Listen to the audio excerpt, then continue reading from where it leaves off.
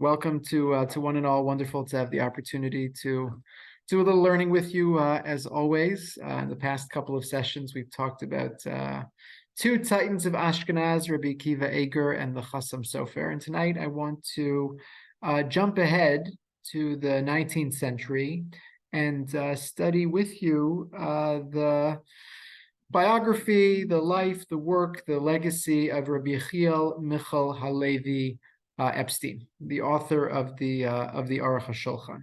So let me just say a couple words of introduction. As I've mentioned in the past, it's difficult to think about anything that doesn't relate to our current moment, particularly these past days, to see the images of hostages being reunited with their families and to think of what people have been through and what lay ahead, and it's all very complex, and it occupies so much of our mental energy and so much of our emotional energy. And as I've confessed over the past weeks, it's difficult in preparing, these classes or any classes to kind of divert attention away from the issues at hand. So I've tried to steer things back toward the direction of our contemporary moment, and use the contemporary moment as a lens through which to look at some of the figures that we've been studying. So I'll just say a word in relationship to the particular subject matter tonight that has almost direct bearing on this subject. There was a man by the name of Eitam Henkin. He was a doctoral student at Tel Aviv University. He was the grandson of Rav Eliyahu Henkin, one of the Gedolei Hador of the 20th century here in America. And he and his wife Nama were murdered in 2015 in the West Bank by members of Hamas. I'm sure you remember. They had 4 kids in the car at the time, all of whom survived, but he and his wife were tragically murdered by Hamas. At the time, Eitam was working on a book on the life and work of Rabbi Yechiel Michal Epstein. Until his work, there was really no synthetic biography of the Aruch HaShulchan. And this was years in the making, and this was going to be his contribution. A part of it, the first part of it, was the biography of the Aruch HaShulchan. The first part of it was published posthumously about 4 years after his passing. It's available on Amazon. It's in Hebrew. Taroch Lefane Shulchan, it's called. You could just Google his name or the name of the Aruch HaShulchan. It'll come right up. And it's just it's so sobering, to think here is one person at the age of 21, and this is what they were working on, and this is what they contributed, and a whole life ahead of them. Who knows what his contribution to the Jewish people and to the world would have been. And then to magnify that and to zoom out and to think about all the people whose lives were cut short on October 7th, and to think about all the people whose lives have been so dramatically affected and impacted. And it's just it's a staggering loss to come to terms with.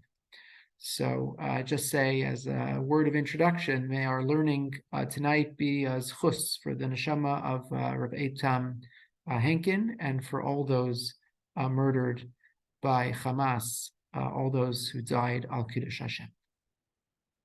Yechiel Michal Halevi Epstein was born on January 24th, 1829, in the Russian Empire, in what today is Belarus, in a town called Babrusk. I'm sure I'm pronouncing it wrong. And he was born to a wealthy family. His father was actually someone who, I called it a contractor, doesn't mean that he built houses, but it means that he was involved in procuring goods or provisions for the Tsar, for the Tsar's army, for the Tsar's government. And it was young Yechiel Michel's intention to kind of follow in the family tradition or follow in the family business. There was a rabbi called Eliyahu Goldberg, who was the rabbi of a nearby town, who kind of spotted the talent of this young man, took an interest in him, and persuaded him to consider a path that would be less in the world of commerce and more in the world of the Beit Midrash. And young Yechiel Michel left to study in the famed Volozhin Yeshiva. Volozhin was the Harvard of yeshivos in the 19th century. He studied there just for a short time, for a couple of years, but it was a fateful couple of years because there he encountered the Netziv, Rabbi Naftali Tzvi Yehuda Berlin, whose work and life we've studied in the past, who would later go on to become the Rosh Yeshiva of Volozhin. At this time, he was not the Rosh Yeshiva of Volozhin.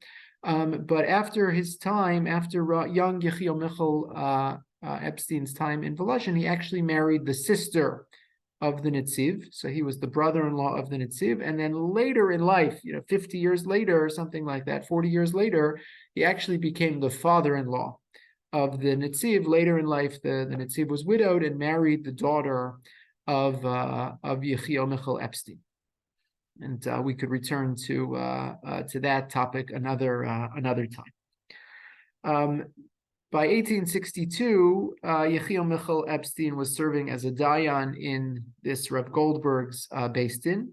And then in 1864, he took his first shteller. He became the rabbi of a community in Novozibkov, something like that.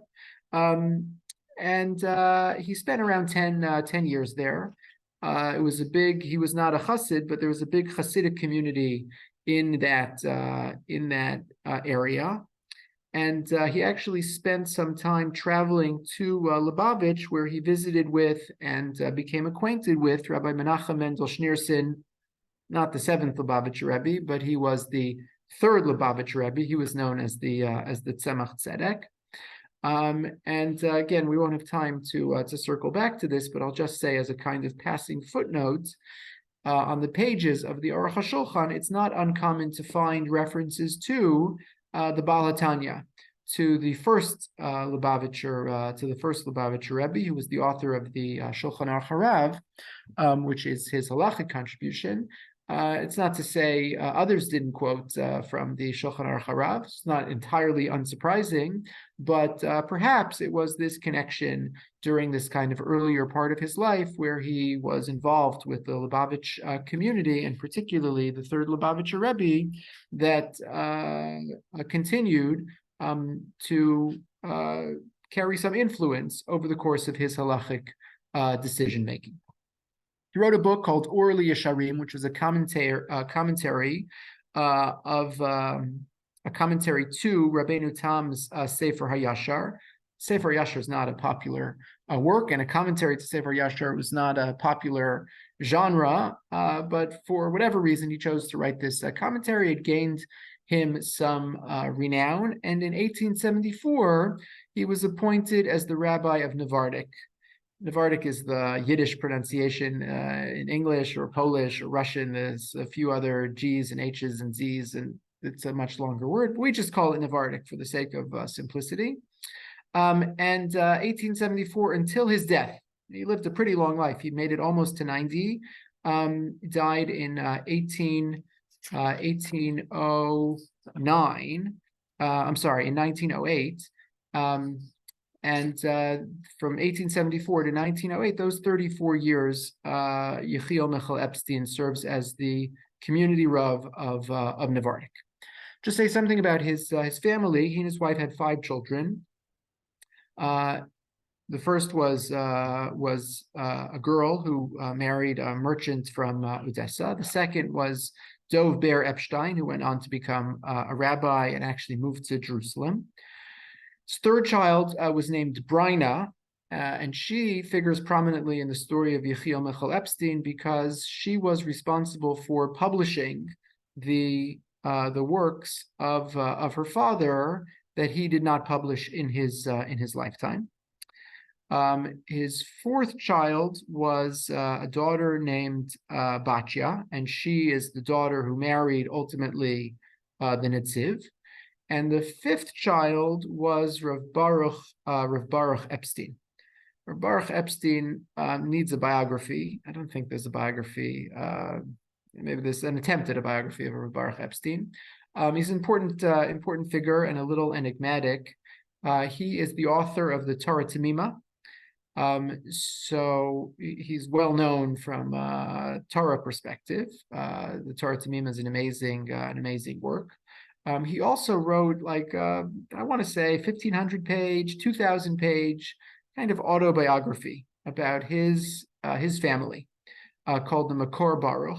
Why is he called Halevi? Why is always Baruch Halevi Epstein? Why is Baruch Halevi Epstein? So, I don't know the answer to that. I actually thought you were going to ask a different question, which is why Yechiel Michal Halevi Epstein? Why is Yechiel Michal, why is he always referred to as Halevi? So that's to differentiate him. Wikipedia has this word, I think, I forgot what the name of the word, if there are two things that have the same the same entry, so they want to tell you that they're different people or different terms.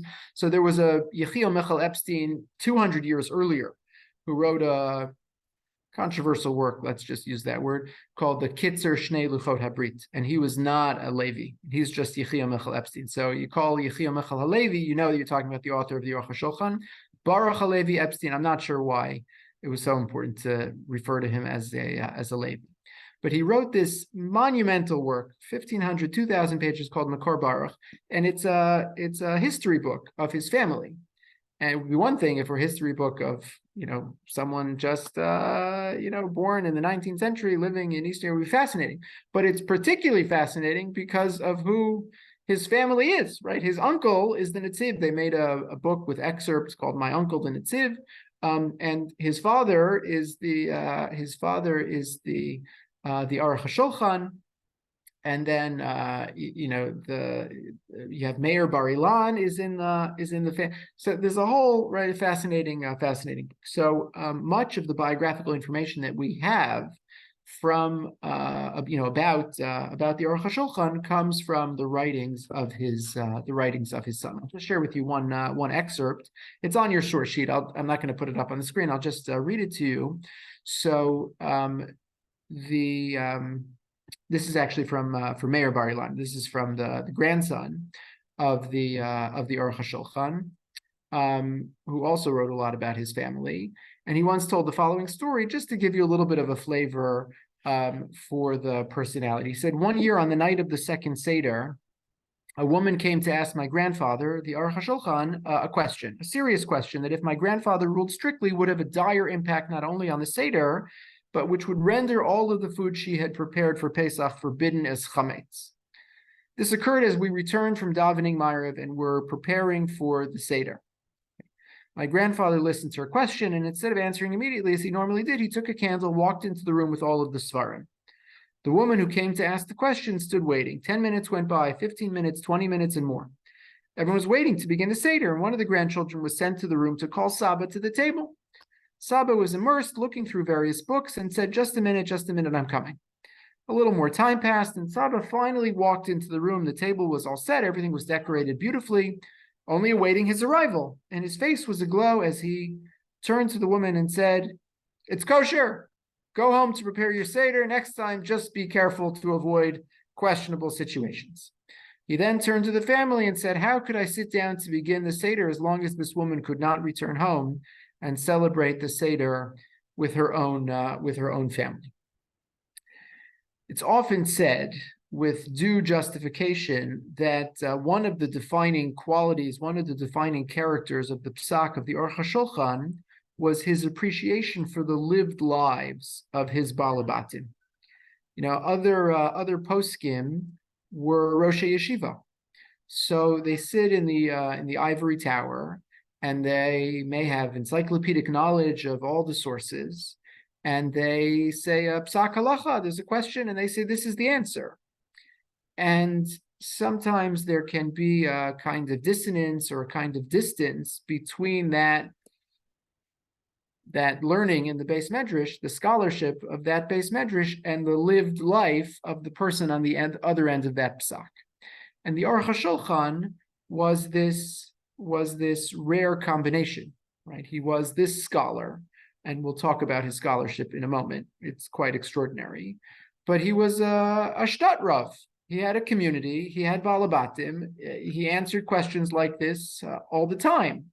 And so he didn't have the luxury of pontificating in an ivory tower and hypothetically, this is what we would say. No, we have a shaila. We need an answer. Is the chicken kosher? Or 1,000 examples of this kind of question where there's an actual person at the other end of the line, literally or figuratively, whose life is going to be affected, directly by this ruling. And so there's and you feel it reading his words. There's a kind of lived empathy and appreciation for what it means to be in conversation with just regular people trying to do the right thing when it comes to their Jewish lives.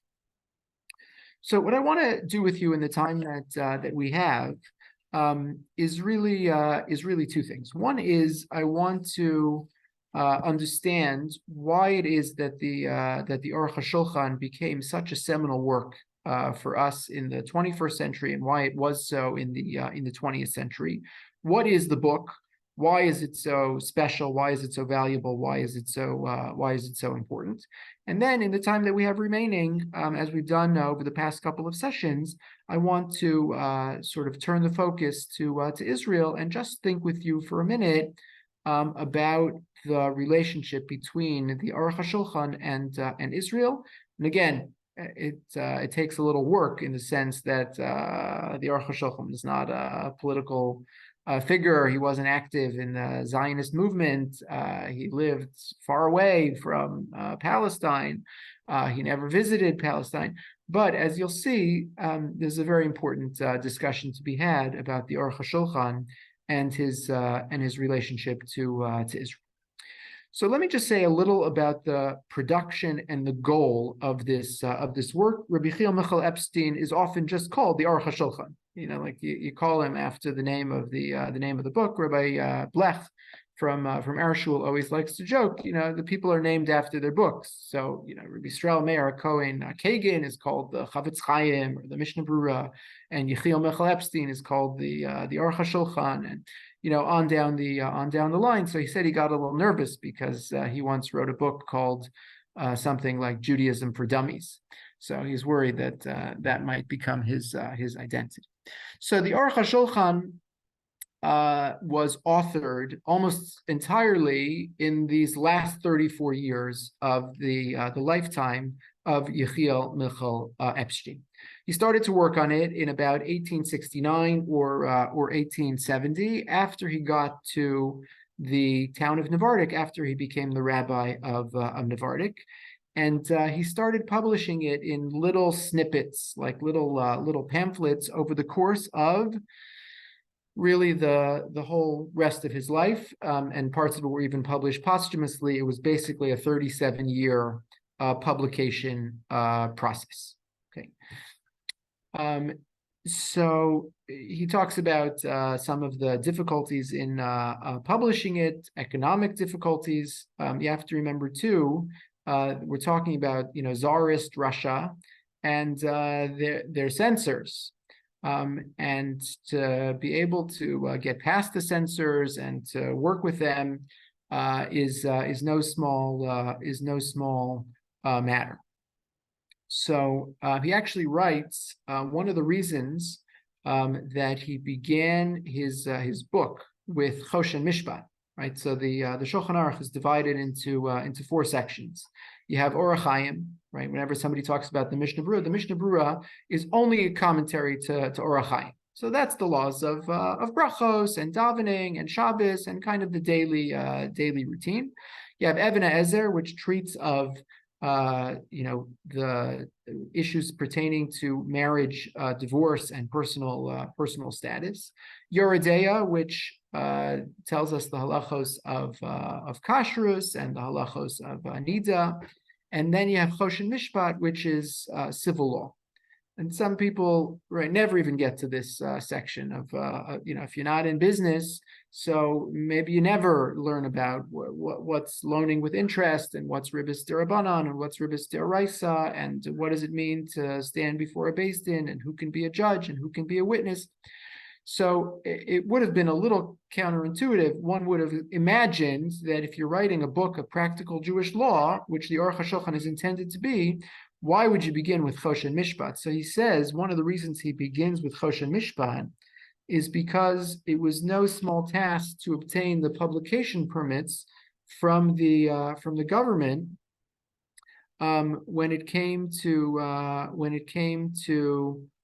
these kinds of matters. So he said, since Choshen Mishpat was also related to the had an interplay with the secular law, it became an area of like suspicion for the Russian government. What is this book? So whether or not there was an important utility, the decision to start with Choshen Mishpat became a source of great delay. You're going through like a Russian bureaucracy and a Russian censor to get approval for this kind of book. It actually took years before that happened, and something like 1869 to 1883. Right, so you think it takes a long time to publish a book in the 21st century, right? Imagine trying to publish it in 19th century Tsarist Russia. Okay, so and again from Meir Bar Ilan, from his grandson, I'll just give you one excerpt. It's here on source number 2. He said, he wrote, "My grandfather sat each day in the room designated as the local rabbinic courtroom, together with his 2 rabbinic judge colleagues from morning until night.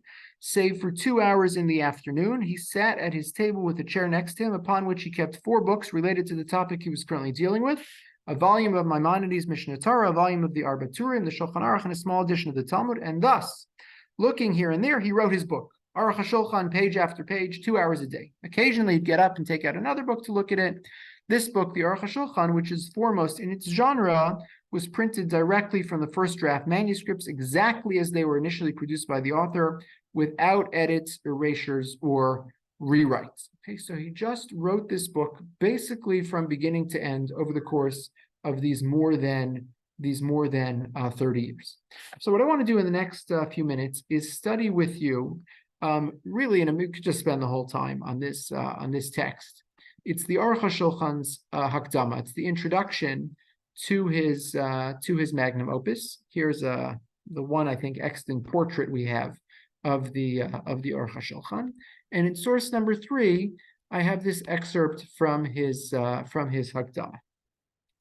So what he wants to explain in the course of this Hakdama is, why did he write this book? This is a book of Jewish law. We have many books of Jewish law. We have an Aruch HaShulchan, which was considered by many to be authoritative. Why is there a need to write a new book called the Aruch HaShulchan?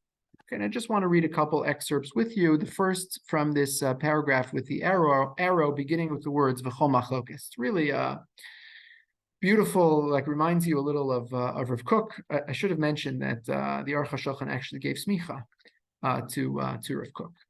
V'chol machlokes hatanayim v'hamoraim v'hagaonim v'haposkim be'emes lemevin davar le'ashuro divrei Elokim chayim heim ulekulam yesh panim b'halacha.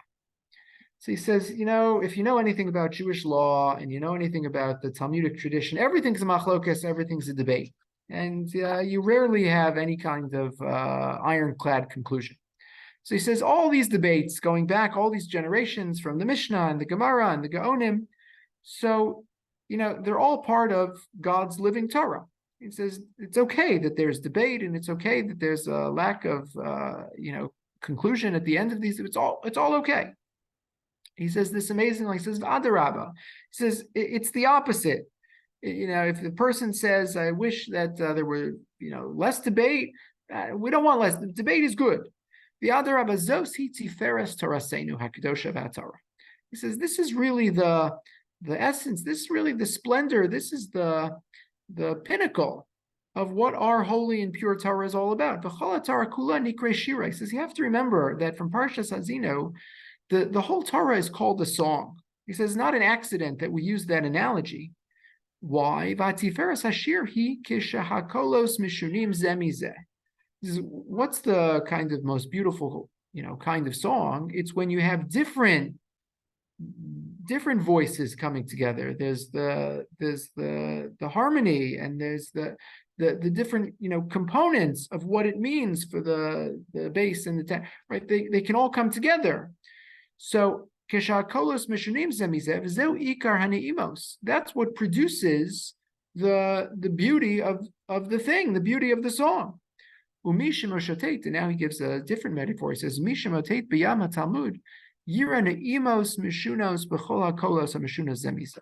says, if you swim in the sea of the Talmud, you appreciate, right, that the multivocal nature of these discourses is actually what endows the text with its richness and with its beauty.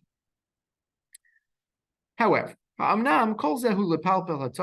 he says that's beautiful if you're in the base medrash and you're bandying around ideas academically, hypothetically, possibly. להלכה למעשה, לא כל אדם זוכה לשאוב מים חיים להלכה, ולמעשה, מהים הגדול הזה, מני גודל איכוסו כמוסו.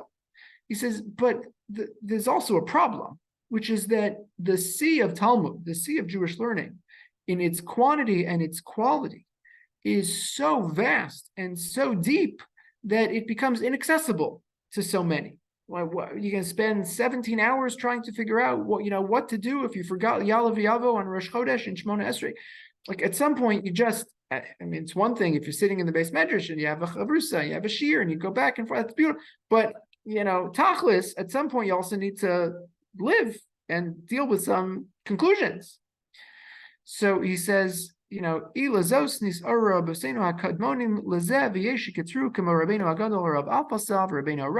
you a little bit of history of the halachic process. He says, and this would bother some of the early poskim, and that's why the Rif came along and he condensed the Gemara, and he says, just give me the conclusion of the thing, or the Rush came along and tried to do something similar. He goes on. He says,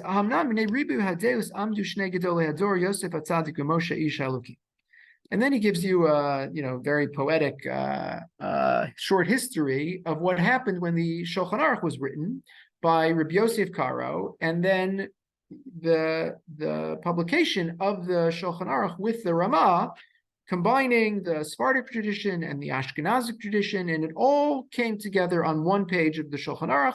The text of Rabbi Yosie of Karo, the glosses of Moshe Isserlis, and this beautiful metaphor.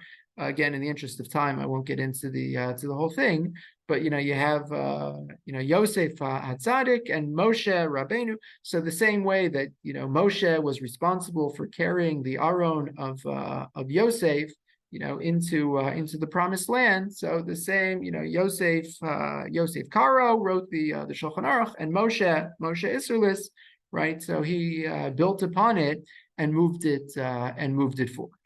Okay.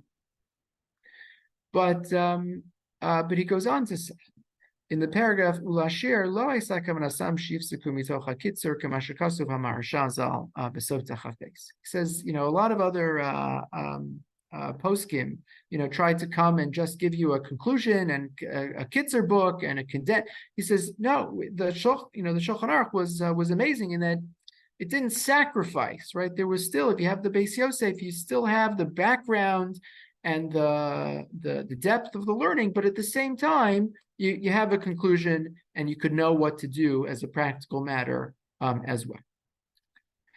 He says, all that being said, there's a problem that needs to be addressed, and that's why I wrote my book. This is mitam zeh, this paragraph with the arrow. Mitam zeh kam hagaon hagadol Mordechai Yafe bechiber sifro levush. Pit'im me'at במשיחוס דברי רבוסינו בעלי השולחן ערוך, האמנם מאשר אחר כך כמה רבוסינו האחרונים גאוני עולם וחיברו ספרים רבים גדולי ערוך על הטור משולחן ערוך. And then he gives you this whole list. He says, the Lavush came along, the Lavush never took off. The Lavush was this book which tried to create a middle ground where you had the conclusions of the Shulchan Aruch, but at the same time, like lots and lots of depth and background and learning and the whole Talmudic discussion. He says, that served a purpose, but this is all in the 16th century. And now we've had the 17th century and the 18th century and the 19th century. And he says, the proliferation of these commentaries to the Shulchan Aruch is just extraordinary. Dozens and dozens of commentaries to the Shulchan Aruch, and he starts naming them. And you have the Sma, and you have the Bach, and you have the Shach, and you have the Taz, and you have the Magen Avram, and you have the Beis Hillel, and you have the Beis Shmuel, and the Ketzos HaChosh, and on and on and on and on and on. So, if you were lucky enough to, live in the end of the 16th century, just as the Shulchan Aruch was being published, so you could open up the book and you'd say, this is a conclusive decision that I find in the Shulchan Aruch. But it stops being conclusive when you have 300 years of commentaries being written about the thing. Now, I'll just say one sort of historical footnote, which is fascinating to think about and fascinating to ponder, was really like the next 150 years after the Shulchan Aruch, that the principal genre for rabbinic exposition was commentary to the Shulchan Aruch. Okay, if you were thinking scholarly rabbi living in the 17th century and you wanted to contribute to the world of Jewish scholarship, you wrote a commentary to the Shulchan Aruch. In the 18th century, in the 19th century, there are many exceptions to this rule, but as a general matter, in the 18th or 19th century, the principal way that you would contribute to the world of Jewish scholarship was not to write a commentary on the Shulchan Aruch, but was to write a book of responsa. Shilas and Shuvos proliferate. Again, there's also Shilas and Shuvos in the 16th, 17th, there's lots of them. But as the primary, as the dominant genre, right, it really takes off in at another level in the 18th and 19th century. So by the time you're the Aruch HaShulchan, it's now 1869, okay, and the Shulchan Aruch was written 300 years ago. So you have not just dozens, but hundreds of commentaries that are important halachic contributions, and responsa, collections of responsa literature which are important halachic contributions. And now it's just overwhelming. You're just a Jew who wants to do the right thing, and you want to know what the halacha is, and like, how much time do you have on your hands? You're going to open up the Shulchan Aruch, and that used to be the end of the conversation, or so we thought. Now it's just the beginning of the conversation, right? The Shulchan Aruch was authoritative, except that there's now 100 commentaries and 100 collections of Shalos and Shuvos that use the Shulchan Aruch as the jumping off point, not as the conclusion. And so what's observant Jew meant to do when they want to live a good Jewish life in accordance with halacha in the second half of the 19th century? So he says, this is what motivated me to write this book. You have all of these texts and all of these commentaries and all of these Shalos and Shuvos, and we're swimming. And so the Aruch HaShulchan says, my contribution is going to be the book that you have before you, this book called the Aruch HaShulchan. The world of Jewish learning is just intractable. It's unnavigable. So what does the Aruch HaShulchan do? What is his modus operandi? The Aruch HaShulchan traces the development of the halacha from its biblical or Talmudic origins, consolidates all of the canonical literature that followed in the aftermath of the close of the Talmud, okay, which is what Rabbi Yosef Karo did in his Beis Yosef, except that Rabbi Yosef Karo only took the project through the 16th century. Rabbi Yechiel Michal Epstein, the Aruch HaShulchan, began again from the beginning incorporated the views of the Shulchan Aruch and the Ramah, and then built on those foundations to produce a work of rigorous and oftentimes brilliant scholarship, and at the same time produce a work that is accessible, relatively concise, and conclusive. So there's really nothing like it. There's a relatively new book by Michael Broyd and Shlomo Pill called Setting the Table, which attempts to distill the methodology of the Aruch HaShulchan. And I have a source for you in number 4. He says, thus, rather than a code like Rabbi Yosef Kar Shulchan Aruch, the Aruch HaShulchan reads as a compressive review and analysis for rabbinic legal literature on every topic covered. But importantly, it reads as one ultimately interested in reaching practical legal conclusions rather than just offering a digest of rabbinic opinions or learned study of Talmudic dialectics. So my experience has been that when you open up an Aruch HaShulchan, it's like being in a shiur with Rabbi Yechiel Michal Epstein. And he takes you through his thinking about how to develop the sugya. Here's the Gemara. There's a machlokes, there's a debate, and here's the Rambam's opinion. Here's Tosfos's opinion. What happened when it got codified in the Shulchan Aruch?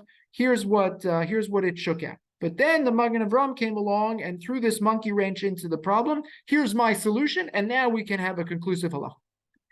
So it's just this extraordinary capacity, right, to collect, to synthesize, and then to distill. So you have everything before you. Now, someone could agree, someone could disagree. There might be a different way to learn the sugya. But if you're interested in this, extraordinarily concise, compressed, and yet exceptionally thorough means by which to trace the development of the halacha, sometimes beginning with the pasuk, through the Gemara, up through the Rishonim, the Shulchan Aruch, the Achronim, the Shilas and Shuvos, all the way to the moment the Aruch HaShulchan is writing it. There's nothing like this. If somebody did this for one sugya, it would be a great contribution. To take all the relevant sources, all the relevant Gemaras, all the relevant citations, all the relevant references. The Aruch HaShulchan did it for the entirety of the Shulchan Aruch. From the beginning to the end, all of Choshen Mishpat, all of Even Ezer, all of Yerodea, all of Orach. And then I'll share a secret with you. The Shulchan Aruch only wrote about, he was writing a code of Jewish law. He wrote a code of Jewish law for the contemporary diaspora moment, even though he was living in Safed for most of his life. It's an unredeemed world. We don't have sovereignty over the land of Israel.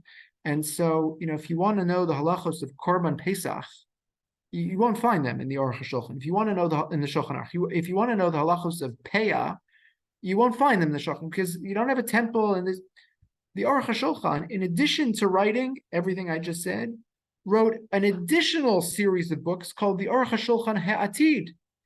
What's going to happen when the Jewish people get back to Israel? We're going to get back there, and then you are going to need to know the halachos of Truma and Meiser, and they're all in there, following the same pattern, which is just extraordinary. Okay. So, in the interest of time, I'll just share with you a quick excerpt, and I can't do this justice. We need a whole semester, to really appreciate what it is that the Aruch HaShulchan is giving us. But just as a kind of super quick example, because it's timely, let's just jump for a second. And I just want to compare what you get when you open up the Shulchan Aruch versus what you get when you open up the Aruch HaShulchan. Okay, so the Shulchan Aruch is a code, right? If you want more information, he has the Beis Yosef. You can go back in it, right? I'm not saying the Rabbi Yosef Kar didn't do this; he did. But if you just open up, you want the conclusion. What do? So Hanukkah is coming, and we want to know, who has to light Hanukkah candles. So you open up the Shulchan Aruch, source number 5, and he writes, "Sarach lizar me'od badlakas neros Hanukkah." You have to be very careful. Everyone should perform this mitzvah. V'afilu ani amizparis min tzedakah shoel al malcher ksusa v'lokeach shemen lahadlik. Very surprising. The whole thing is only rabbinic in nature, There's no Hanukkah in the Torah, and yet it's such an important mitzvah that even a pauper who's supported by communal funds, who can't afford to light Hanukkah candles, would have to sell the shirt off his back to buy oil to light Hanukkah candles. And that's it. That's the halacha. We don't have any further, commentary. We don't have the background. We don't have the exceptions to the rule. Open up the Aruch HaShulchan, right, which is the text we're looking at, and you have a whole world before you. Let me tell you the background. Lefi she'ir hanes b'neros Chanukah, b'neros tiknu lahadlik neros b'chol layla kedei lahaskir hanes. He says, first of all, why are we lighting Hanukkah candles at all? It's because there was this miracle. That's our quote. Everyone has to do it, even the pauper. Why? He says, now I'll tell you what. The chol mashu pirsume nisa hachiyuv afilu al ani kemo dalit kosos. And now you see the wheel spinning. So he says, let me give you the halachic category into which this halacha falls. There's a halachic category called pirsume nisa. This is not just a regular mitzvah that you light candles on Friday night. That's a regular. This has another dimension. This has another component. The component is called pirsume nisa. You have to publicize the miracle. The idea is not just to perform the mitzvah. The idea is to perform the mitzvah in a way that other people will know about it. And this reminds us of other mitzvahs which also fall into this bucket. For instance, there's a mitzvah called dalit kosos. Everyone has to drink 4 cups of wine on Seder night. And now the wheel starts spinning, right? And if you think about that, it's the same halacha when it comes, right? Even, remember the Mishnah? Even someone who's supported by communal funds needs to drink 4 cups of wine by hook or by crook. I don't mean that literally. You're not allowed to steal. But one way or another, you got to have 4 cups of wine.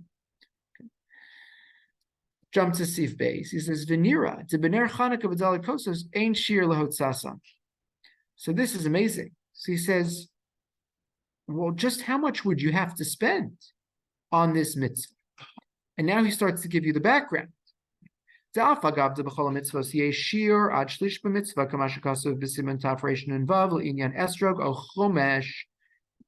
basic halacha is for a negative commandment. He doesn't talk about this.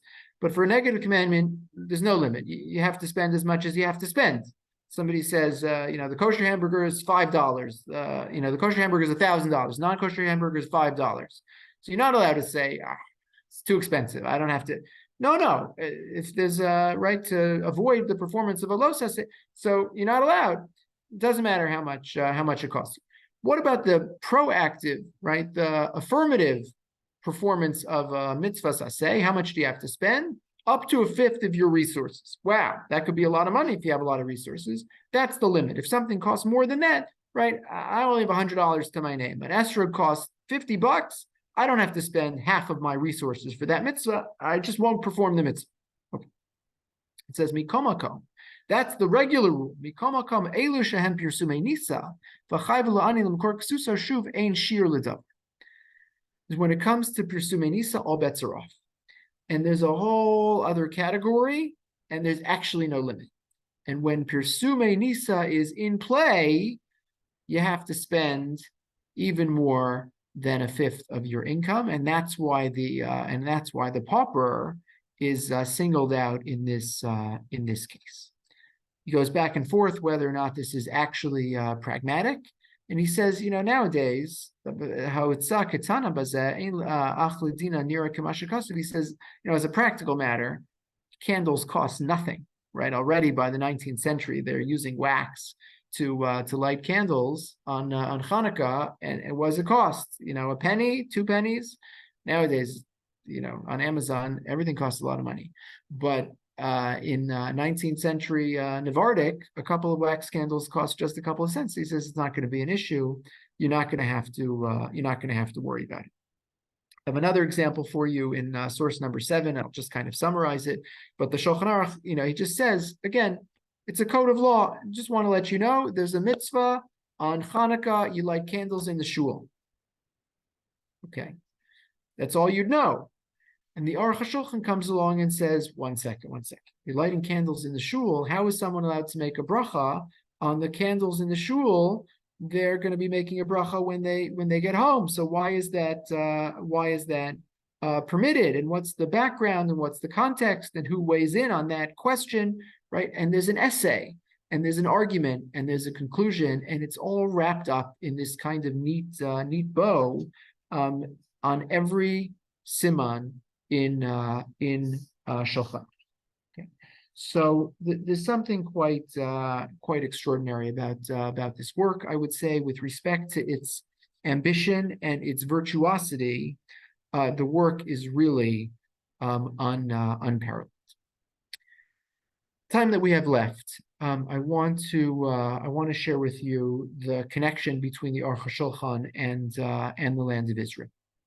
So let's just go back to Navardik for a second, and the statistics on Navardik are really it's just amazing to think about, communities like this in Eastern Europe.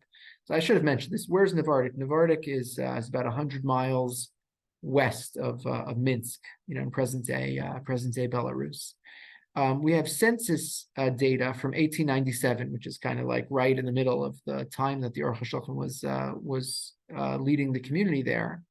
There were fewer than 10,000 people, just to give you a size of Navardik. Fewer than 10,000 people lived in the town. And anyone want to guess the percentage of the population that was Jewish? What was the percentage of Navardik that was Jewish? So 63.5%. Okay.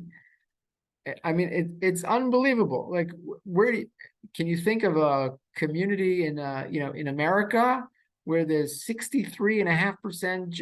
Like, it's a stunning statistic, right? And again, it's not a ghetto. It's not like you've been to Venice or you've been to Prague and like this area, Frankfurt, like this is where the Jews live. No, it's open, right? It's open. The whole city is available. You can live wherever you want, right, within the pale of settlement. So, and yet, right, there's this extraordinary majority population of Jews. Now, with that in mind, okay, you think back to the Shtetlach and our images of Eastern Europe. These statistics we have less of, right? What percentage of those 5,105 Jews living in Navardik, what percentage of them, would have been going to the shul where, the Aruch HaShulchan was the rabbi? What percentage of them would be Shomer Shabbos? So again, this is 1897. This is not 1697. So in Navardik, I don't know the answer to that question, but in Navardik, there's a Musar yeshiva, and the Musar movement is ascendant.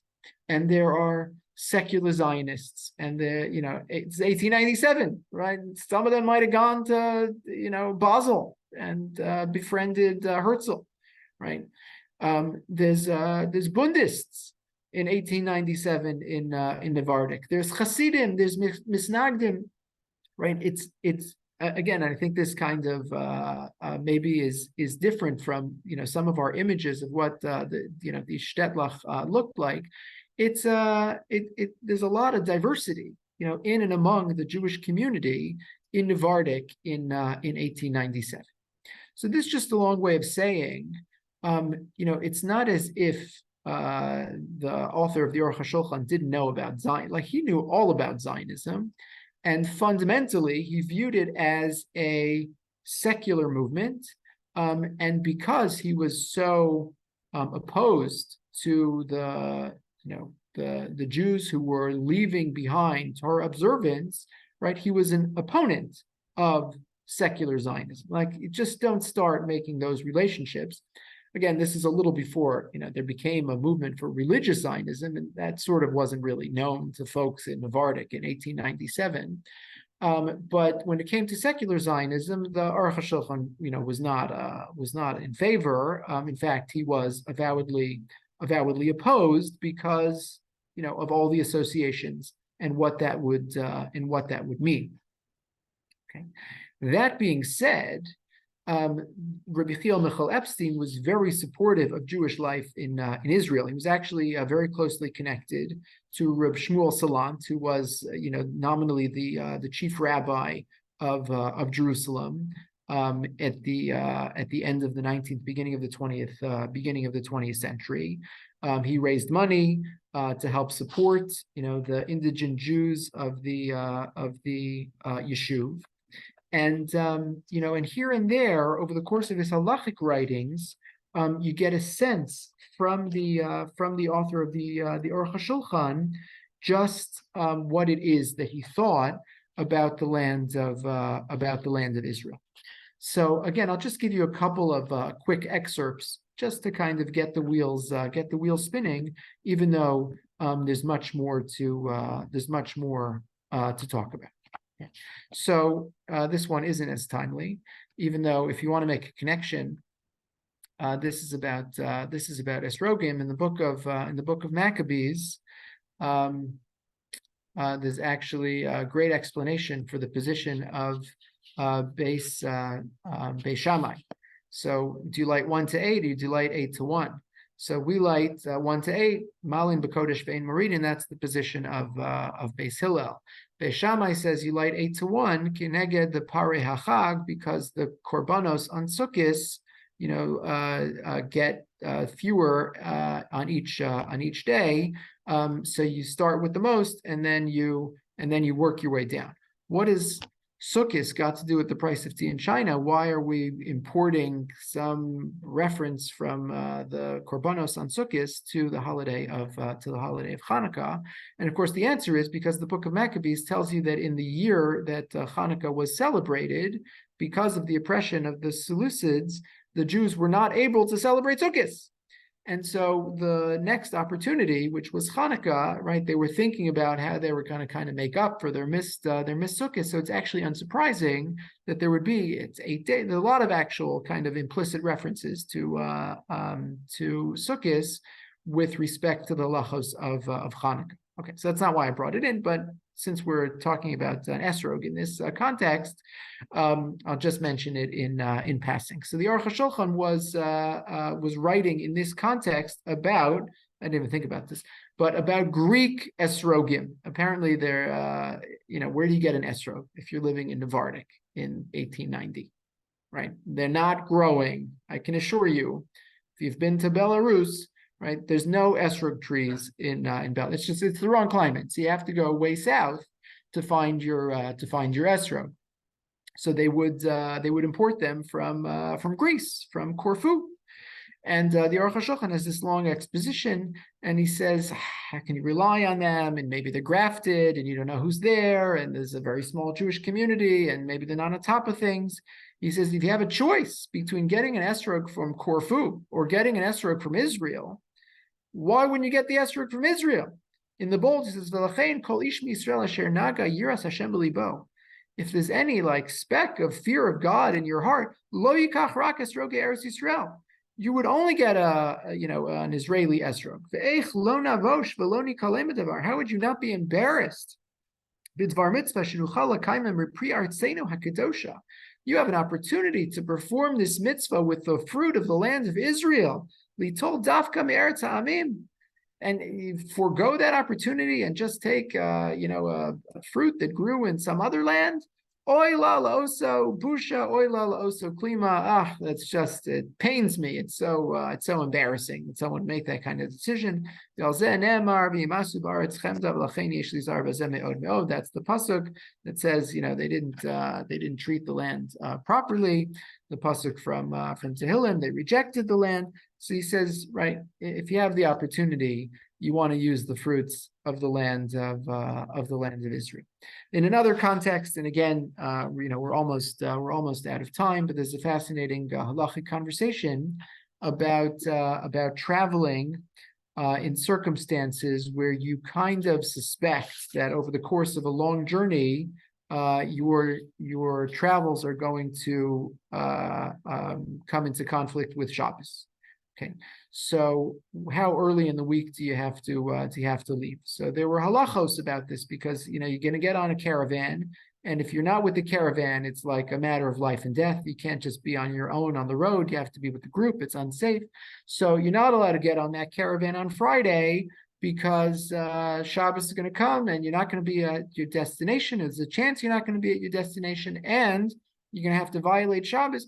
Don't do it. You want to leave on Sunday on the chance that by the time it might be okay. In the context of that discussion, the Aruch HaShulchan writes, but if you're traveling to Israel, all bets are off, because even the trip to Israel as a temporary measure, you're not going to move there, you're not relocating, you're just on a business trip, you're just visiting, you're going to be there only as a short-term visitor. Even if that's the case, that changes the whole trajectory, that changes the whole character of the trip. That whole trip now is considered a mitzvah, because spending any time in the land of Israel, as the Gemara at the end of Kesubah says, is a mitzvah. And once you have that mindset, once you have that orientation, it changes the whole halachic nature of that question. And as I mentioned, right, who writes an Aruch HaShulchan Ha'atid? Right, what kind of person has the emunah and the bitachon to sit down and devote all these energies in the 1890s in Navardic, right? I was saying Herzl wasn't even known to anyone. To think that yes, there's going to come a time, there's going to be a moment when we're going to need to know what Trumas and Maestros look like in a contemporary land of Israel. And the Aruch HaShulchan Ha'atid, which is only published posthumously, became a very important work because, after 1948 and even before, because there was so little written, right? You couldn't, everyone who wrote a commentary on the Shulchan Aruch, right, they never wrote about this because the Shulchan Aruch never covered it. It wasn't in there. And so you have to have a certain kind of mentality and a certain kind of orientation to produce a work like the Aruch HaShulchan Ha'atid, with one eye trained on what life is going to look like when the Jewish people return to their land and to the land of Israel. And it's our hope that one day we'll all be using all of the halachos in the Aruch HaShulchan Ha'atid in a practical way in a redeemed land of Israel, in peace, and I would say not just peace, but in the kind of harmony that Yechiel Michal Epstein described so beautifully in the introduction to his work, the kind of harmony that emerges from competing voices coming together in the service of Hashem and in the service of the Jewish people.